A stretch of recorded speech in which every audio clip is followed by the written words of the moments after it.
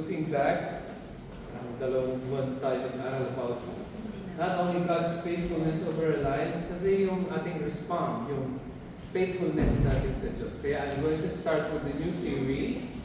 Ang bagong series ko ay Heart for Ministry. So yung mga Heart for Ministry. At meron akong parang overall topic ng buong 3 months na ito, or maybe half a year. I'm ministering to one another.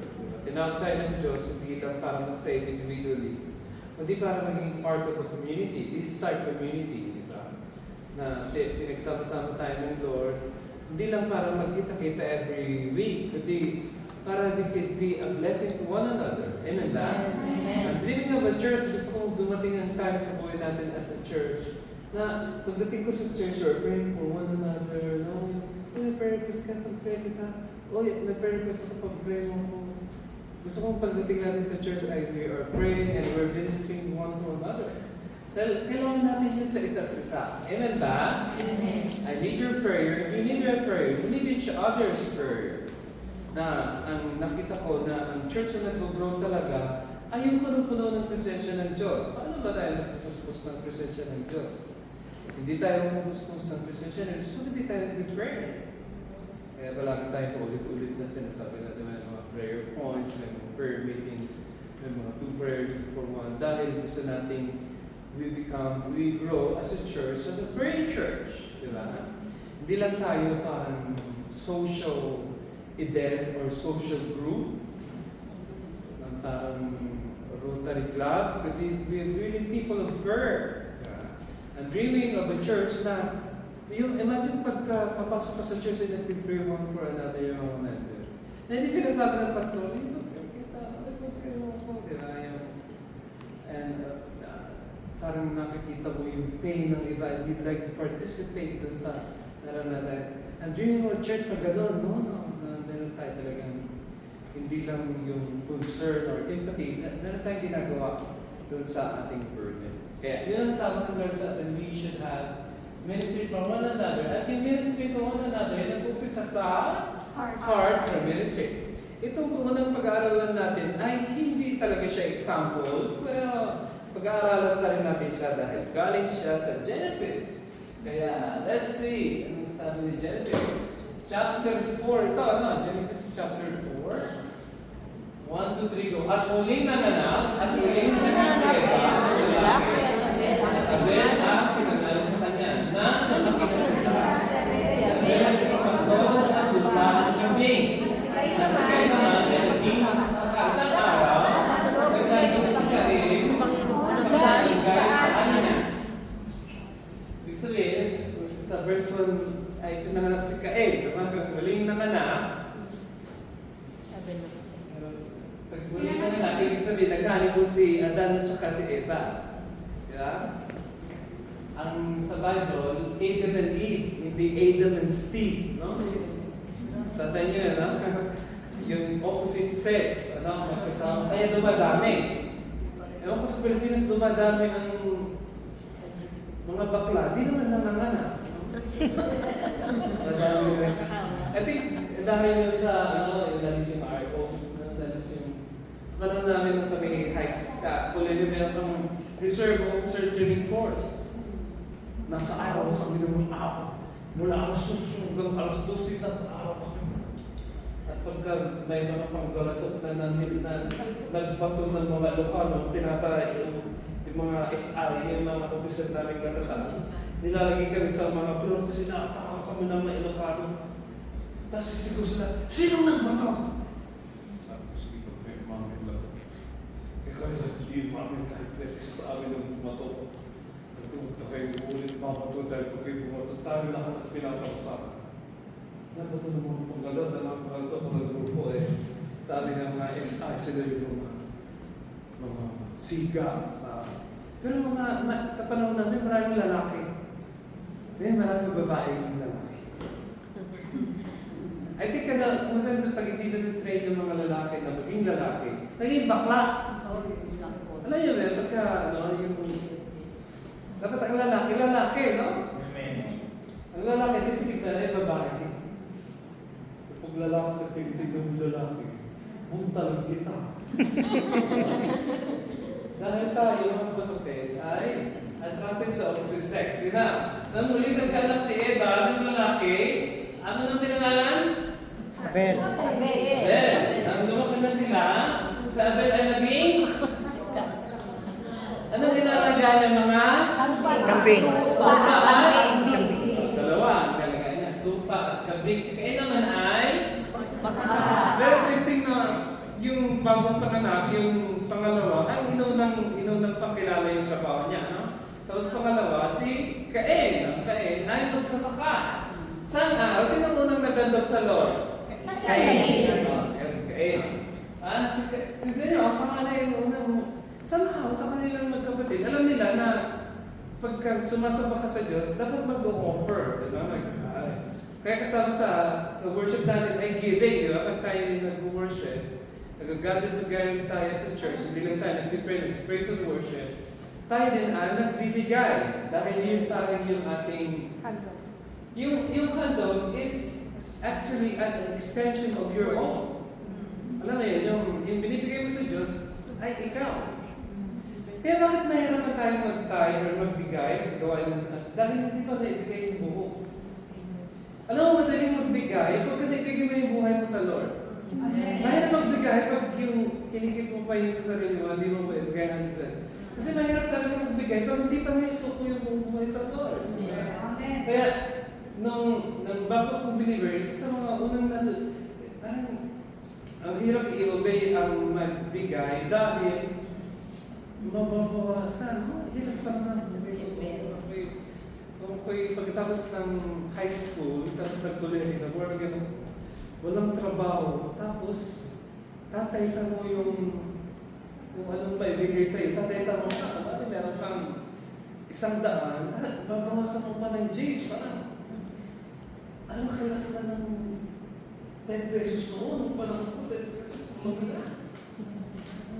Pero ang hirap noon ang magbigay. Kaya, ang unang nagbigay ay sino? Si Cain. Si Cain ang unang nagbigay. Yung panganay, ang unang nag-isip ng mag-offering sa Diyos. Again, your giving is an extension of your own. Yung binibigay mong pera, hindi bahagi ng iyong ikaw yan na inilalagay mo sa altar. Na-imagine mo, ikaw yan. Dahil yan ay katas ng pawis, lupa, bago nilalagay, nabuyan ka sa kapapartan, sakit sa braso, sakit ng loob sa amo, diba? It's actually you. It's actually you. It's not something that's from you. It's actually you. You're giving of yourself. At least may imagine mo yan, sarili mo talaga ang nilalagay mo dyan. Hindi bahagi ng kinita mo, kundi yung kinita mo is you. Kaya, di ba sa atin sa pagkasinagod, yung mga nagtrabaho dito, tawag nila sa mga Jid nila, katas ng Israel. Diba? Katas ikaw lang, hindi Israel. Ikaw yun. Kung wala kang nagpakahirap sa Israel, walang katas ng Israel. Ikaw yun. Wala na ba? Kunwari yung bahay na pinagawa mo, ikaw yun. Representative mo yun. Kung wala ka sa abroad, wala kang bahay. Kaya pag nakikita mo, yung tignan mo ako, taas-taas ko, siyempre matuwa ako sa pinagawa mo. Kaya yan ang sabi ni Haring Solomon, yung mga napagpaguran mo, magpakaligaya ka sa iyong pinagpaguran. Hindi yung nagpapakahirap ka, tapos tinitipid mo ang sarili mo. Diba? Pati Brewster, di ka pa nakakain.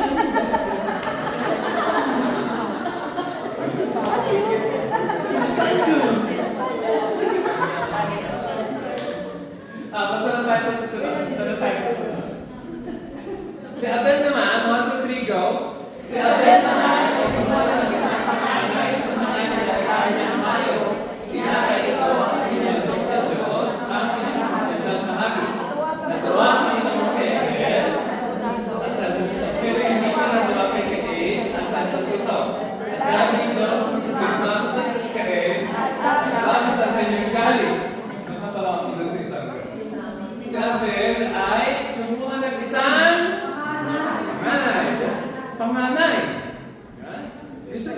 Pinag-iwan ko yung panganay dahil yung panganay, yung pag-umpisa ng ani, di ba? Yung firstborn, yun ang parang pararamdamin mo, di ba?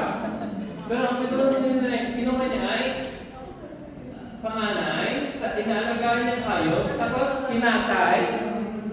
Anong ginagawa mo pag kinatay? Kinatay, di ba? Pinapaabos ang dugo. Yan, dugo. Kinatay ito at inendog sa Diyos ang pinakamagandang bahagi. Palagay niya, anong pinakamagandang bahagi? Dugo. Yes. Lahat.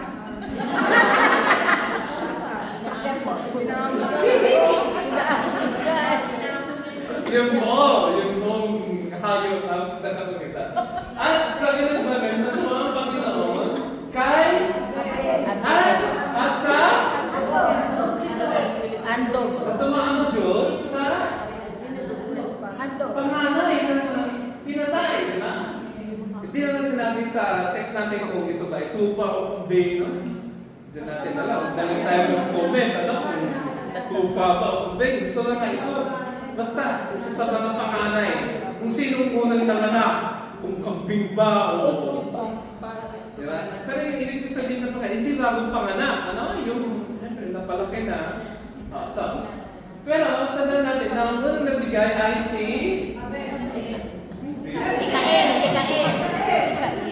Balik natin, dahil sa akin tayo si Belga. Isang araw, naglandog si Cain. Nanggaling sa anin niya. Basta niya, galing sa anin niya, nag-harvest siya, tapos nagbigay siya sa Diyos, no? Tapos dito naman, sa verse 4, ay ang pinakamagandang bahagi, merong term na pinakamagandang bahagi. Parang yung chosen part, yung choose. Pinili, no? Pinili niya yung the best. Diba? Kunwari, marami siyang panganay na alaga. Yung pinakamagandang alaga niya, na dapat yung ipipreserve niya para pagparami niya dahil magandang breed yun, di ba? Yun ang kanyang inalagay sa Diyos. Ano ka? Ang keyword ko dyan ay yung pinakamagandang bahagi ba? Yung chosen. Kay chosen, ibig sabihin, pinili niya sa lahat. Ito ang pinakamaganda. Ito ang para sa Diyos. Pagpansinin niyo yung kay yung kay Cain, sabihin, sa kanyang mga anil, umano lang siya, inano lang siya sa Diyos. Pero nag-effort si Abel, di ba? Bili muna siya nang i-offer niya sa Diyos. At dahil doon, natuwa ng Panginoon. Natuwa ba? Yes.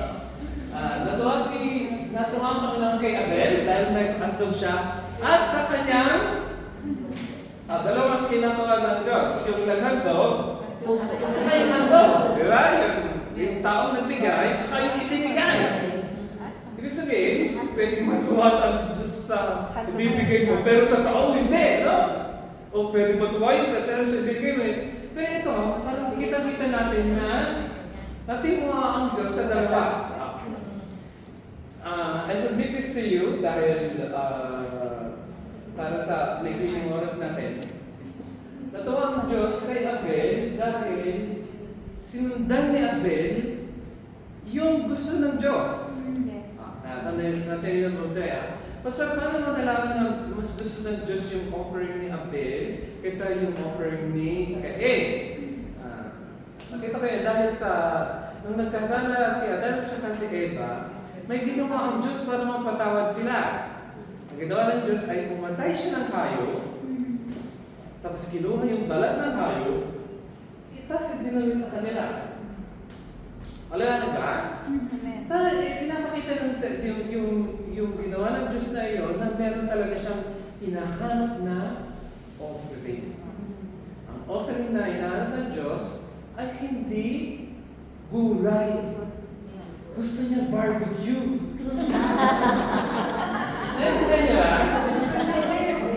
ayaw niya ng gulay. Gusto bakit ka nagsasalita? Wala yan sa pursa. Balik natin. Naglandok si Cain sa Panginoon nang galing sa? Ani niya. Galing sa lupa. Ani. Sige nga, forward mo. Sabi niya, natuwa ang Panginoon kay Abel. At sa hantog dito, ano ba hantog niya? Ayaw. Di ba nabigyan gusto niya? Yung sa apoy, no? Papatayin mo yung ano? Kasi, pag sinunog mo yung kulay, parang wariwa na. Ha? Yung wala nang sinabi at ibigay na nagla eh. Pero yung karne na ilagay mo sa apoy, mabango. Yes. Diba? Nakakagutom. Si Yosef nakakarating, yung aking bunso, sabi niya Mayesh, pagka nakauwi na siya ng niluluto ng ima niya, anak, pagka tinatawag ka, bingi-bingi ka. Pero pag may naamoy ka, alam mo, taim. Mahayo yun natin sila sa isang room na ito yung kusina. Pag umandar yung amoy, alam ni Yosef. Mayesh, yung kusina, papunta na siya kaagad sa nakita ko na ang Diyos gusto niya talaga ng animal sacrifice. Bakit? Mula kasimula sa Genesis chapter 3, ang Diyos mismo ang nag-initiate na there will be no forgiveness of sins without the shedding of blood. Palaging inumpisa niya sa Genesis chapter 3 na ang kapatawaran ng kasalanan ay pagbubuhos ng dugo. Basta paano alam na natutunan ni Abel yan? Saan kaya natutunan ni Abel yan? Sa araw, pag mo, saan niya natutunan yung ang gusto ng Diyos ay karne? Ha? Sa magulang niya. Sa magulang niya, dahil yung magulang niya, nang nagkakasala ang magulang niya, pumatay ang Diyos ng tayo.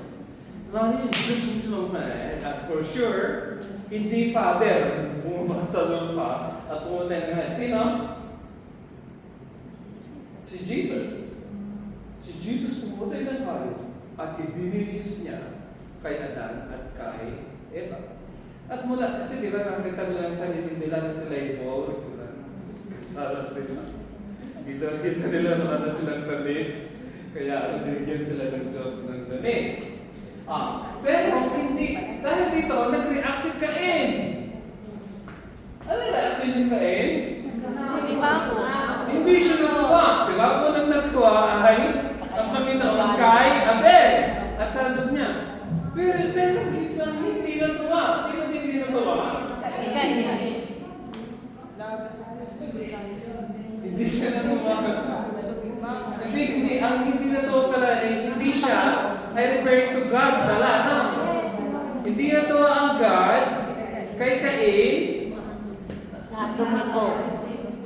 Napansin niyo ba na hindi lang doon sa tao? Pati doon sa handog? Namimila ang Diyos ng handog, no? Hindi lahat ng handog yung tinatanggap niya. Ito, sabi niya, hindi daw natuwa si Yahweh, ang Lord, kay Cain at sa handog ito. Ganun yung pagkasabi niya sa kay Abel. Natuwa ang Diyos kay Abel at sa handog ito. Dahil dito, si Mama ka na isang tabi mo. Sumama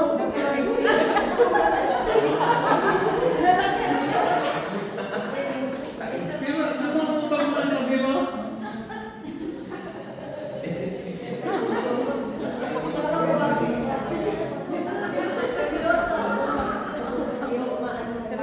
Sumama mo ba siya?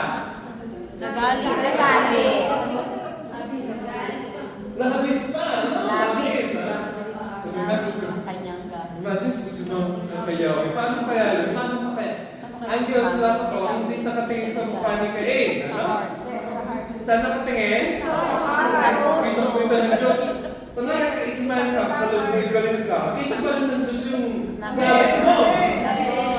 Tama ba yun? God doesn't look at the externals. Kasi, minsan, we can be deceptive. Diba? Yung nasa loob natin doesn't really reflect what's inside of us. Yung mukha natin, hindi niya nire-reflect yung nasa loob natin, diba? Hindi, kuminsan, we can keep up appearances, di ba? Mahina ako talaga sa faith. Pero, pagdating mo, pray ka na, ano ang tingin ka pala, no? Natutulong, basag ka sa lalo, gusto mong bumaya. We can do that. We can always do that, di ba? We can always appear to be strong when we're not. At hindi ko sinasabing that's okay. Pero sometimes ayaw natin maawa yung mga tao sa atin. No? Sometimes gusto natin maging kalakasan sa iba. Na kung tayo naghihina, baka hilain naman natin lahat pababa. Kaya you try to be strong. Inasikaso na yung nag-struggle ka sa loob. Na ang Diyos, nakikita niya yung si Mami Mikael, kahit ito'y nasa loob kung nasa labas. Yung galit niya, ay kita niya yung galit niya. Okay, isulat dito. Tayo sa 6 at 7. Kaya tinanong siya ng Panginoon, ano ba ang pinagagalit mo? Bakit ka nagsusulat? Kung mabuti lang ang ginawa mo, maligaya ka sana. Pero mag-ingat ka. Dahil kung hindi mabuti ang ginagawa mo, Ang kasalanan ay magkakaalis magkakaroon sa iyo. sapagkat kasalanan ay katulad ng mabagsik na hayop na nagbabantay sa iyo para tutulog ka. Kaya kailangan talunin mo ito. Si Cain ay tinanong ng Panginoon, ano bang kinakagalit mo? Yan ang magandang matutunan mo. Kunwari meron kang anger sa buhay mo, talagay mo sa sarili mo. Talagay mo, Lord, saan galing ko? Kung saan yung mga anger issues natin, yung mga problem natin, are coming from something else, di ba?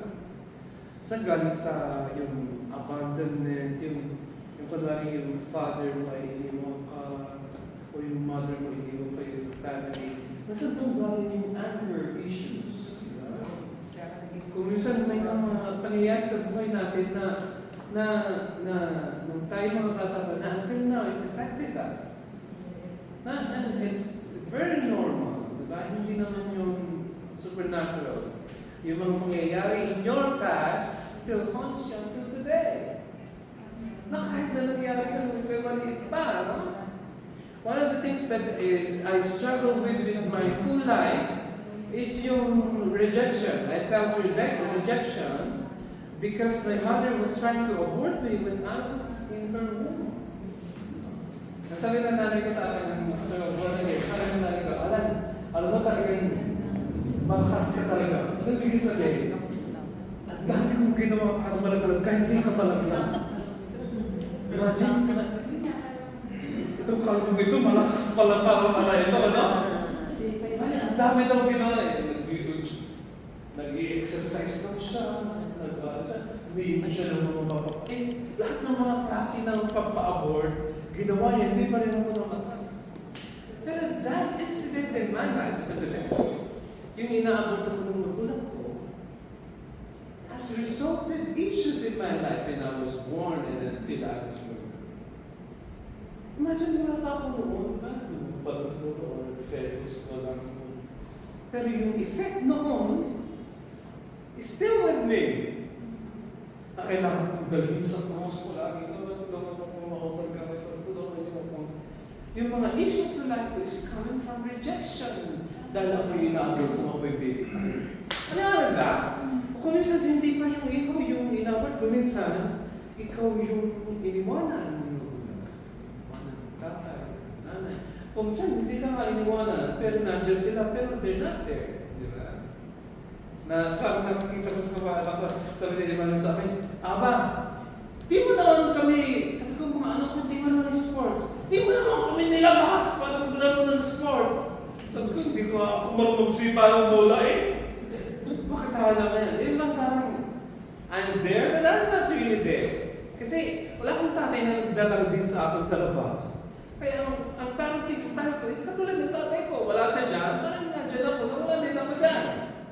Tapos sabi ko, pasensya na kayo, talagang hindi din ako marunong mahilig sa sports. Gusto ko manood ng TV.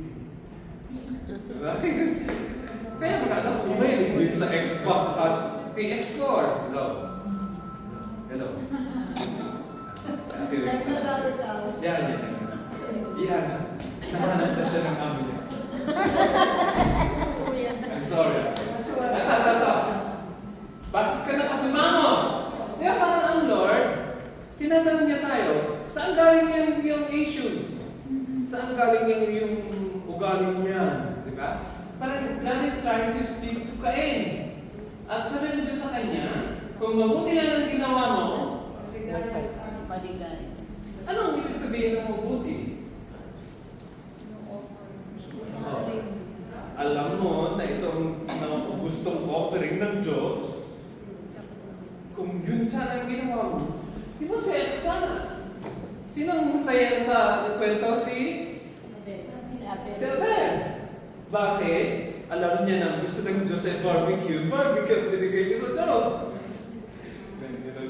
Yung blood offering ay gusto ng Diyos.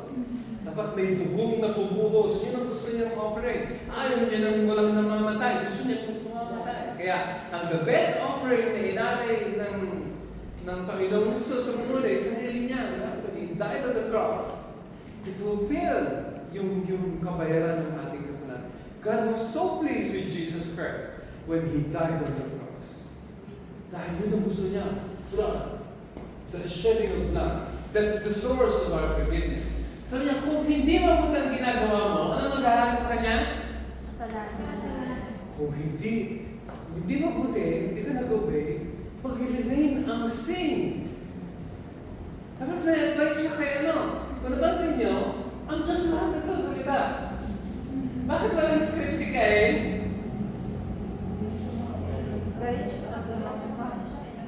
Alam mo, nag-aaway kami mag-asawa ni Melody. Tahimik. Alam pag nag-aaway kami dahil walang nagsasasalita. Ang tahimik. Maririnig mo pati yung mga... Sabi ko, itong word ba ito? At nakita kasi dahil maraming issues si Cain, meron siyang anger at meron siyang, ano yung sabi? Si Mamo. Meron siyang galit siya sa Diyos. Wala siyang response. God only spoke. And Cain didn't interject. Ayaw makipag-usap ni Cain sa Diyos. And then yun ba? At yun ang ginagawa ng sin sa lahat natin, no? Pagka meron kang sin na, ang tawag natin darling sin, may kasalanan kang pinanghahawakan na ayaw magsuko. That hinders you from fellowshipping with the Father. Diba? Kung may galit ka sa kapatiran, ayaw mo, masamay mo. Ang gusto mo, basagyan mo kanya. Kung meron ka anger, hindi ka makapag-concentrate sa mga spiritual activity. Ang nasa isip mo kung paano pag-unti. At sapagkat ang kasalanan ay katulad ng ang ginamit na dito ay parang ahas, no? Diba dahil tutukulawin, no? Pero it could either be, kung ano yun, mabagsit na kayo na nagbabantay sa iyo para tutulong ka. Yung sin is at the door, di ba? Yung minsan ng sin, nandiyan lang palagi. Pero pag inalaw mo siya, ay kaya kanyang sakmalin, di ba? Kaya kailangan mong ito, di ba, dapat ang palagi natin tinuturo na yung forgiveness is by the blood of Jesus Christ, diba? Ang kapatawaran natin ay dahil sa ginawa ni Jesus, diba? At sa mga parang inisip natin na dahil ang forgiveness is according to the cross, ito wala lang tayong dapat gawin. Parang ganun ang interpretation, ang mga Baptist, yun ang isip nila. Meron sa teaching na once saved, you're always saved. Na tinanggap mo si Jesus Christ, kaya kahit anong gawin mo na, ay pupunta ka pa sa langit. Is that true or false? False. Hindi tayo naniniwala doon dahil naniniwala tayo mga born again, yung mga totoong nakakilala kay Jesus Christ, ay nagbabagong buhay. Amen. Kung ikaw ay sabi mo born again ka, ikaw ay mamamulan niya pa rin, bakit hindi ka totoong born again? Kunwari, sabi mo ikaw born again, pero umaattend ka lang dito, wala ka talagang personal relationship with Jesus Christ through Bible reading and prayer, bakit hindi ka tayo born again? Amen. Amen ba? Amen. So we can always come up here and show ourselves here, but we don't really have a relationship with Jesus Christ. At least, in as much as I'm happy na nandito ka, bakit di ka pupunta ng langit? So, bakit? Walang part yung Bible sa buhay mo. Walang part ng prayer sa buhay mo araw-araw. You can go through life, pagkagising mo, diretso ka sa part-time mo kung anong ginagawa mo. Wala kang time sa Diyos. Ang prayer mo na lang pag-ibigay ka. Sabi mo, Jesus, Lord, in Jesus' name. Sabi ko, Jesus. Tinawag mo pang Lord si Jesus, tinulugan mo lang pala. Because we tend to, kaya hindi ako naniniwala sa one side, always say the doctrine, because I believe yung tunay na believer kay Jesus Christ ay merong buhay. Buhay, hindi patay. Merong buhay na pakikipag-ugnayan kay Jesus. Ang Holy Spirit ay buhay na buhay sa loob niya. Oh, palagi siyang may kanta, no? Palagi may praise and worship, pati sa panaginip may praise and worship pa din, no? Yan eh, kahit wala sa tono, katulad namin ng Tita Lete, may kanta pa din, no? Na nagre-ring pa din, no? Yan ang inahanap ng Diyos sa atin. Sabi niya, kailangan mo ibig sabihin, in as much as ang God ang nag-save sa atin, Jesus died on the cross for penalty and punishment of our sins. Meron na rin tayong, what do you call this, responsibility to overcome sin. Ang totoo, hindi natin kaya sa sarili nating lakas, pero binigyan tayo ng empowerment ng Holy Spirit. Amen. Holy Spirit sa loob natin. Na para yung ginagawa mo ay sinasamahan ng Holy Spirit. Hindi ka kumikilos ng sarili mo lang. Tandaan niyo ito, napakahirap ng ministry if you're doing the ministry by yourself. Kaya ibig sabihin, ministry mo. Paano naging madali? Naging madali siya when the Holy Spirit is your partner. Yung Holy Spirit ang nag-empower tayo sa iyo para gawin mo yung ministry mo. You do it with joy. Hindi ka nipilitan, hindi sa sisiba mo, hindi galit, di ba? Imagine, nasign ka lang ng leader mo, galit ka na, ayaw mo nang umatwin. Bakit ako nasign? Tapos pinasa pa kay pastor yung program, pinasa pa ng pastor yung program sa ako. Di man lang ako tinawag ko, ako okay dyan sa assignment ko. Imagine galit. Di ba dapat privilege pag mag-service sa Diyos? Ay, sana ka kay gagamitin ng Lord, di ba? Kaya dapat hindi mo lang ako tinawag. Assign lang hindi nagtatawag. Galit! Galit! Kung nalaman ka ganyan, sabi mo, sister, gusto mo pag-prenay kayo magkaroon ng deliverance, lumaya sa iyo mga spiritual kain. Ang maganda ito, ang good ko. Ang Diyos ay tumatawag sa ating lahat na let's hold on dun sa sacrifice ni Jesus Christ. Gusto ko itong text na ito dahil it highlights the blood. Diba? Nahanap ng Diyos yung animal sacrifice kay Abel. At siya sa mula Genesis hanggang patungkol sa cross hanggang sa Revelation, ang topic ng buong Bible ay hindi lang si Jesus. Jesus and His blood. Jesus. Yung pag-alisin mo ang blood ni Jesus Christ sa sa Bible, anemic ang Bible. Bakit mayroong blood? So bakit may blood? Dahil blood is the source of our forgiveness. Ang sinasabi ng blood sa atin is somebody died on our behalf. Amen. Napakahalagang mensahe yun. Kahit pagbalik-baliktad din mo si Paul at lahat ng mga preacher ng New Testament, ang palaging pinipreach nila, Jesus died and rose again. Kaya meron tayo, di ba? Pagkatapos ng preaching talaga, narinig mo na ba ang mabuting balita? Ang mabuting balita ay tungkol kay Jesus na pinako sa krus dahil sa ating mga kasalanan. Siya ay namatay at muling nabuhay mula sa namatay. Ang sino mang maniniwala sa mabuting balitang ito?